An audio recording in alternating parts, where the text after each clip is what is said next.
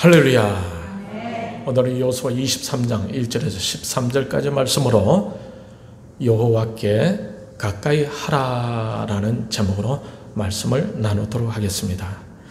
오늘 본문은 여호수아와 갈렙을 통해 이스라엘 백성들이 가나안 땅을 정복한 후에 어느덧 시간이 지나 여호수아도 나이가 들어 모세처럼 마지막 말을 남기게 되는데, 오늘 본문은 바로 그 내용입니다. 하나님께서 약속하신 가나안 땅에 들어가 가나안 7족속들과 전투를 벌이면서 그 땅을 정복하여 그 땅을 적절히 나누기도 했습니다. 그 땅에 들어가기 전부터 이미 여호수아의 믿음은 최고조로 올라가 있었습니다. 모세가 살았을 당시에 여호수아를 포함한 12명의 정탐꾼이 가나안 땅을 탐색하고 돌아온 때가 있었죠. 그때 12명 중 10명은 이렇게 말합니다.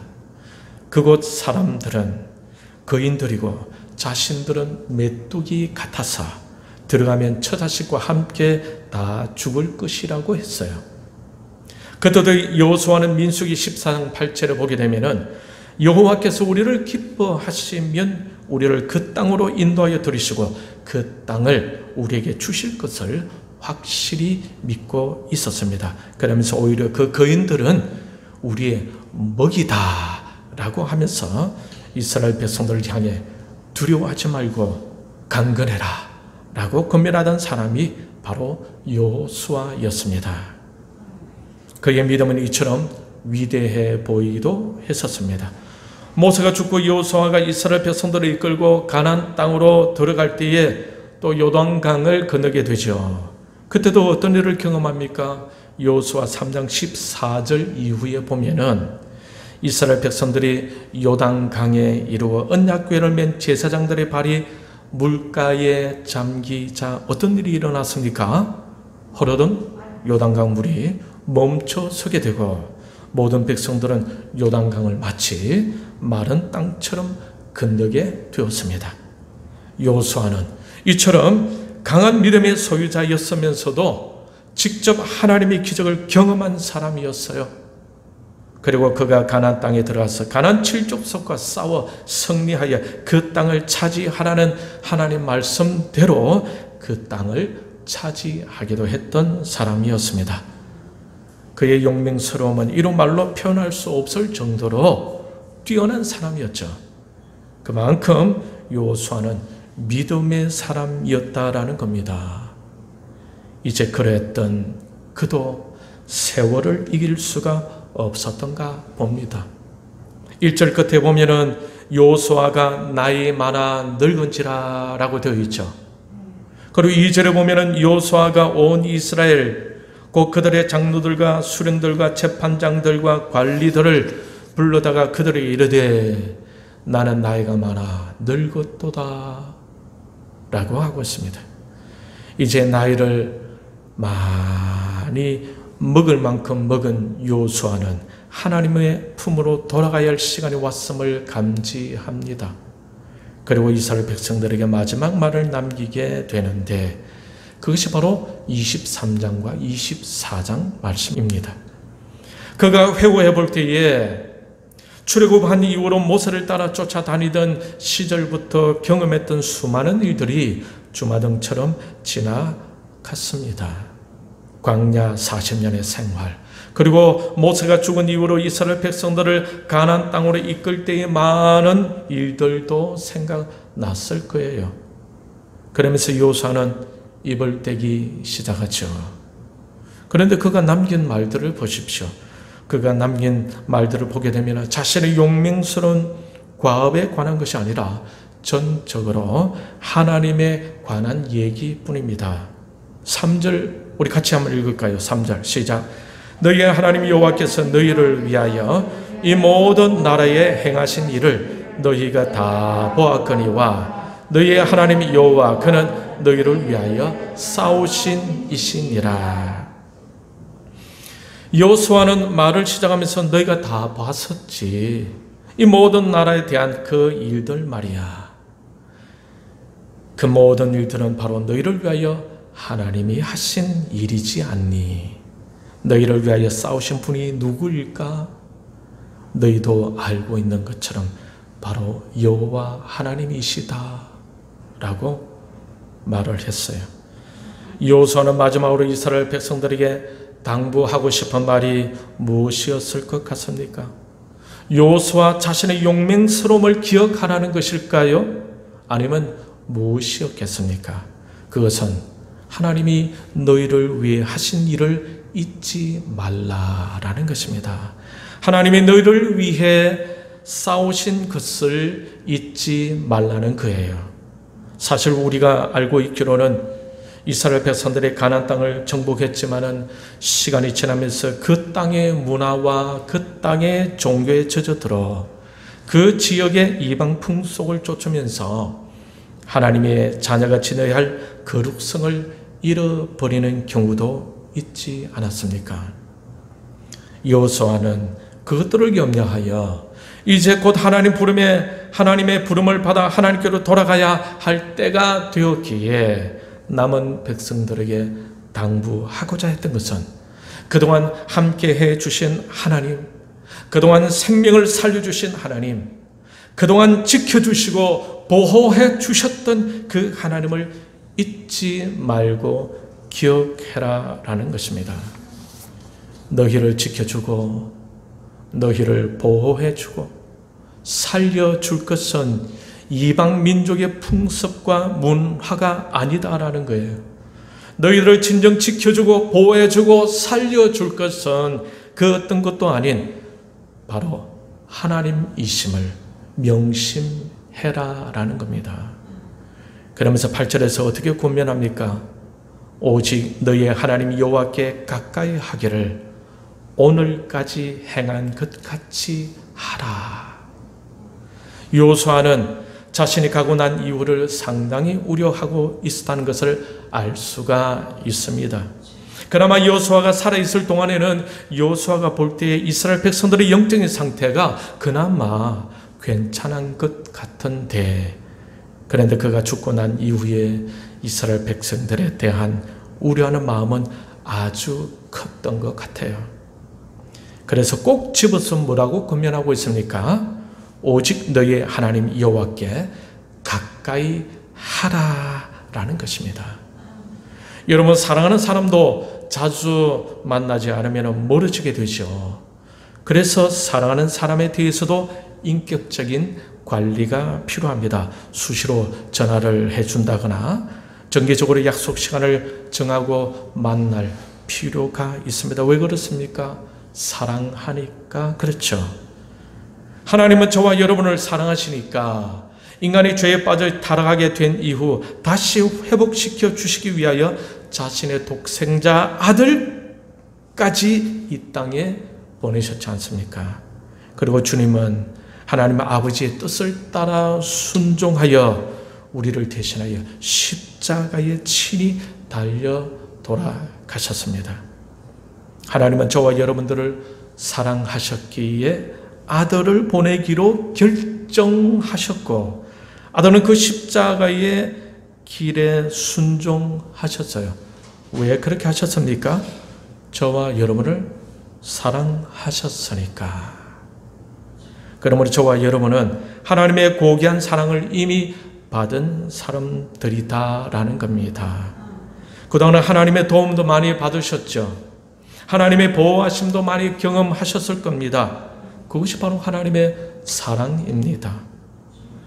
지난 시간들을 한번 여러분 돌이켜 보십시오. 정말 혼란스럽고 기가 막히는 황당한 일을 당해 본 적이 있을 겁니다. 그때 하나님께서 막아주셨고, 그때 하나님께서 이끌어주신 경험들도 있지 않겠습니까? 때로는 우리가 부족하고 믿음 없는 행동들을 한다고 하더라도 하나님은 여전히 사랑해 주시고 우리를 지켜주시고 보호해 주셨던 겁니다. 그러니 나그네 인생길을 실제로 누가 이끌어 주신다는 겁니까? 하나님이 이끌어 주신다는 거죠. 그동안 이스라엘 백성들을 위해 싸워주신 분이 누구라고요? 하나님이시다라는 겁니다. 그래서 여호수아는 그 하나님을 잊지 말라고 당부하고 있는 거예요. 이렇게 하나님께서 당부하고 계신 이유가 무엇에 대한 우려입니까? 여호수아 자신이 떠난 이후에 이스라엘 백성들이 가나안 땅의 종교와 문화에 젖어지지 않을까에 대한 걱정이었던 것입니다. 그래서 여호수아는 이스라엘 백성들에게 오늘까지 해왔던 대로 하나님 여호와께 가까이 해라고 강하게 권면하고 있는 것입니다. 사랑하는 성도 여러분, 하나님을 더 가까이 하고자 애를 쓸 수 있기를 바랍니다. 할렐루야. 하나님께서 가까이 하고자 하는 것은 바로 하나님을 향한 사랑을 뜻하지 않겠습니까? 여러분, 하나님을 사랑하십니까? 정말 하나님을 사랑하세요? 정말 하나님을 사랑한다면 하나님을 가까이 하려고 애를 쓰고 있어야 하지 않겠습니까? 그러면은 어떻게 하는 것이 하나님을 가까이 하는 것일까요? 여러분, 주일날 한번 예배 드린다고 하나님을 가까이 한다고 할 수가 있겠습니까? 천만의 말씀입니다. 그러니 주일날 한번 예배하면서 하나님을 가까이 하고 있다고 스스로 만족해서는 안 될 것입니다. 왜냐하면 6일 동안 우리는 세상과 함께 하기 때문입니다. 6일 동안 세상에서 일을 하면서도 그 일들을 통해 하나님께 영광을 돌릴 것을 생각하고 하나님 앞에서 성실하게 살아가면 그것은 곧 삶의 예배가 될 것입니다. 그런데 아무런 생각 없이 하루하루 일에 빠져 있게 된다면 우리의 영은 세상의 일의 시스템에 빠져들기가 쉬울 것입니다. 영의 생각은 잘 하지 못하게 되는 경우도 있다는 거죠. 그러니 그렇게 되면 그것은 한낱 육신의 일에만 매달려 살게 된다는 말이 아니겠습니까? 여기서 우리는 로마서 12장 1절 말씀을 기억할 필요가 있을 겁니다. 그러므로 형제들아, 내가 하나님의 모든 자비하심으로 너희를 권하노니 너희 몸을 하나님이 기뻐하시는 거룩한 산 제물로 드리라. 이는 너희가 드릴 영적 예배니라. 너희 몸을 하나님이 기뻐하시는 거룩한 산 제물로 드리라. 이 말씀은 우리의 몸으로 하는 모든 일들이 하나님이 기뻐하시는 거룩한 산 제물이 되게 하라라는 그 말이지 않습니까? 이것은 칼빈주의에서 말하는 소명의식과 관계되는 말씀입니다. 우리가 하는 모든 일들을 하나님으로부터 부여받은 일로 생각하고 그 일들을 통해 하나님의 영광이 되게끔 생각하고 기획하고 실천해라라는 것입니다. 이것이 칼빈주의에서 말하는 소명의식과 관계되는 말씀이죠. 이 모습은 요셉에게서도 볼 수 있는 부분이죠.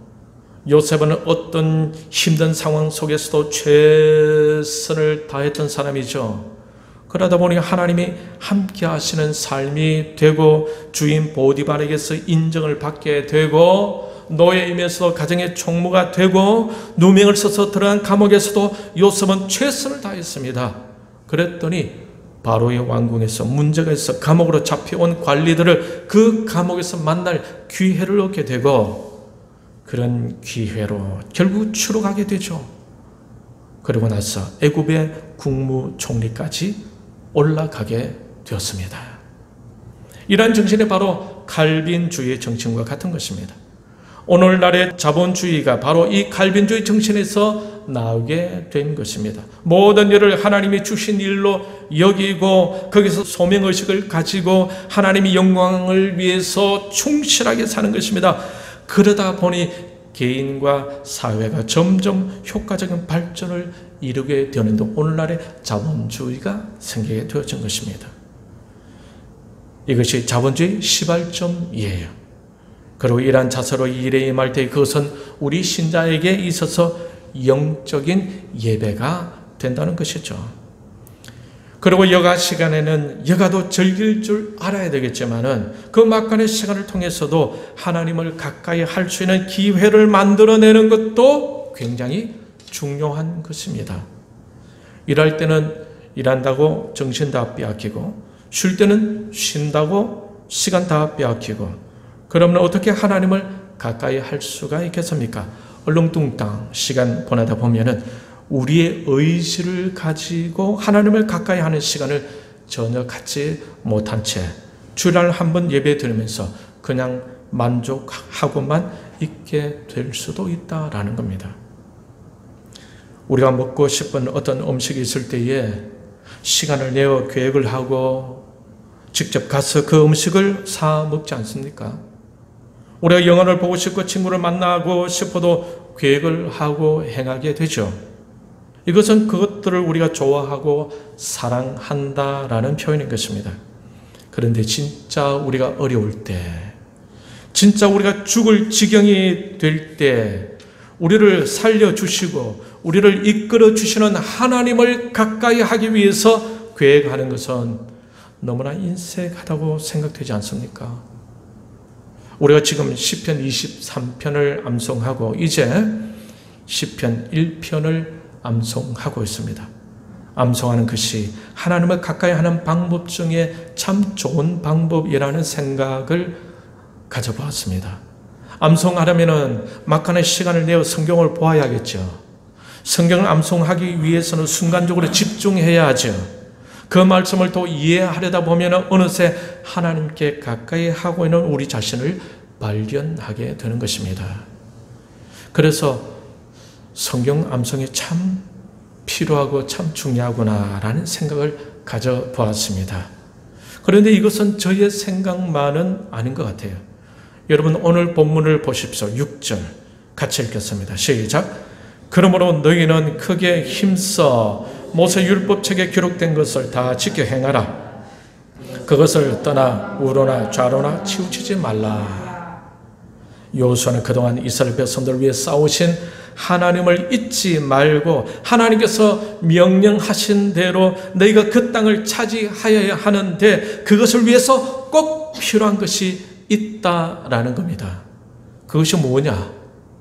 6절에서 그러므로 라고 하면서 시작하고 있는데 너희는 크게 힘써 모세 율법책에 기록된 것을 다 지켜 행해라 라는 말씀입니다. 결국 하나님의 뜻을 이루어드리는 데 있어서 꼭 필요한 것을 여호수아가 말하고 있는 것이죠. 그것은 무엇입니까? 바로 하나님 말씀에 관한 것입니다. 크게 힘써 모세 율법책에 기록된 것을 다 지켜 행하는 것이죠. 하나님을 가까이 해야 영적인 전쟁에서 승리할 수가 있지 않겠습니까? 하나님을 가까이 해야 하나님의 도움을 얻을 수가 있지 않겠습니까? 하나님을 가까이 해야 하나님의 은혜와 능력을 얻을 수가 있고 하나님을 가까이 해야 꿈과 비전과 영감을 얻을 수가 있어요. 그런데 하나님을 가까이 할 수 있는 방법에 대해서 여호수아가 언급하고 있는데 그것이 바로 하나님 말씀을 힘써 지키는 것이라고 말씀하고 있습니다. 이것이 바로 하나님을 사랑하는 것이다 라는 거예요. 11절 보게 되면 그러므로 스스로 조심하여 너희의 하나님 여호와를 사랑하라 라고 말씀하고 있습니다. 요한일서 5장 3절은 하나님을 향한 사랑에 대해서 이렇게 말씀하고 있습니다. 하나님을 사랑하는 것은 이것이니 우리가 그의 계명을 지키는 것이라. 같이 한번 따라하겠습니다. 하나님을 사랑하는 것은 이것이니 우리가 그의 계명을 지키는 것이라. 말씀을 맺겠습니다.